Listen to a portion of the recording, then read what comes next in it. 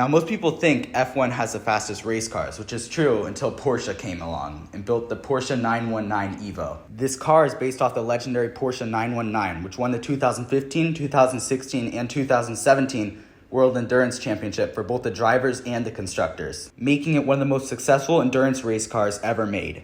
But even though they may look very similar, they're very different cars. I will be explaining the differences later on in the video, but first we have to talk about F1. F1 has a big history of being very fast, and the modern cars are no different. Porsche's super talented engineers had a massive feat ahead of them. Beating an F1 car is no easy task. Some of the numbers F1 cars put out are just mind-blowing, like 1,000 horsepower and only weighing 1,700 pounds, while also producing 1,650 pounds of downforce. But Porsche had a very good strategy in mind. What they did is they told their engineers that there was no budget and no rules, and they had to just make the fastest car they could possibly make. So they started by taking out all the stuff in the car they didn't need and making it lighter. After they made the car as light as possible, they went to the engine and beefed it up so it could produce 1,160 horsepower.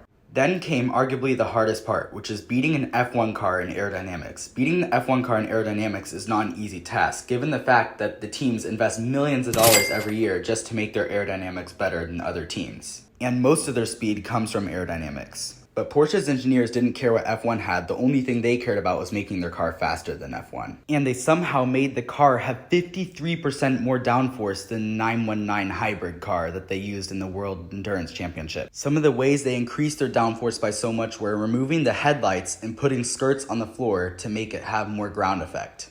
But even if they somehow managed to pull off this amazing feat by making the car fast enough, it's still very hard to find a driver who can drive the car that quickly. Not to mention what F1 track they would use to break the lap record on. For the driver of this car, they chose Neil Jani, a Swiss driver who won the 2016 24 Hours of Le Mans for Porsche driving the Porsche 919.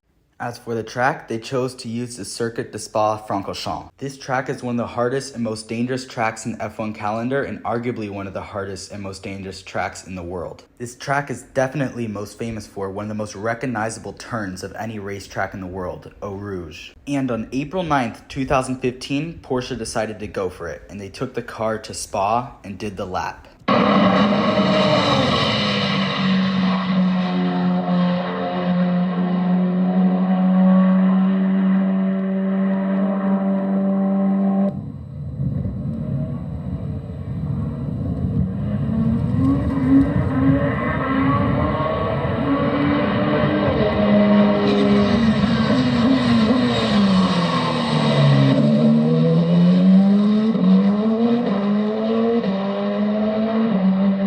After the incredible lap Neil Jani put together, they broke the Spa lap record at 1 minute and 41.7 seconds, almost an entire second quicker than Lewis Hamilton's lap the year before.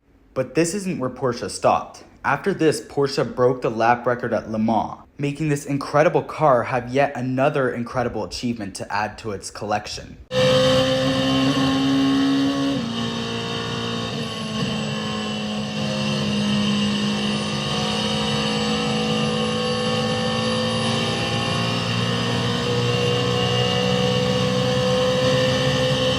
But this still wasn't the end of Porsche's dreams. Porsche still wanted to break the lap record at the Nürburgring Nordschleife. And there's a reason why this track is called the Green Hell. It is super unforgiving and crazy dangerous for drivers to drive on. And just a few weeks later, they decided to try and break the lap record at the Nürburgring Nordschleife and try adding another thing to the collection of achievements of this car.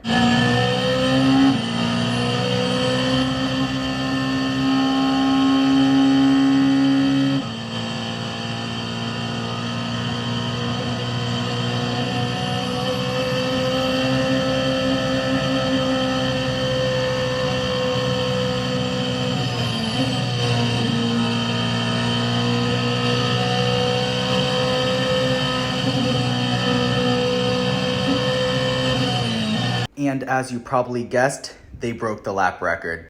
I guess Porsche really did want this car to go down in history as one of the best race cars of all time. To conclude this video, I'll say thank you for watching, and please comment if you want me to make more videos like this in the future.